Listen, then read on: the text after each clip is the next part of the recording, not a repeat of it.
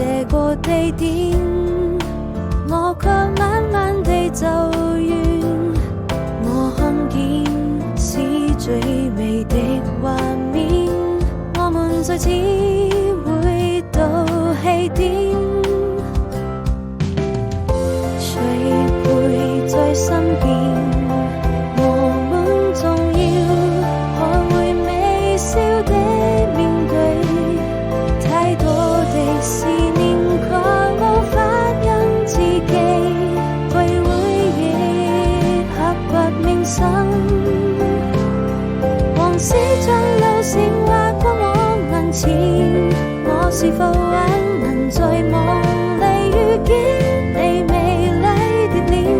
也許你已經移開了視線，更夜的我又上了好幾遍，才發現宿舍